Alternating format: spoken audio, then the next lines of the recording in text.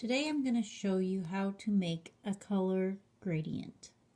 First, you put about a quarter-sized amount of white on your piece of glass or whatever your palette that you're mixing on. Then you take, this is just a super tiny amount, not even a penny-sized amount of black, because I don't need a lot of this color right now. Then you start slowly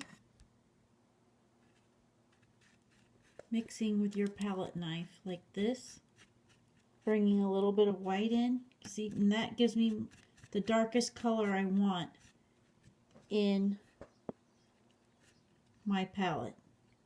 And then I keep bringing over little bits of white, and then when I'm all done, it will keep getting a little bit lighter as I go.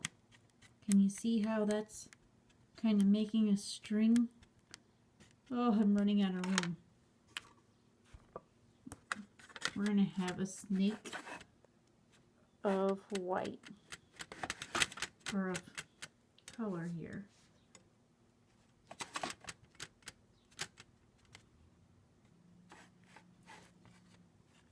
It's going to keep getting lighter and lighter. And this is not thoroughly mixed.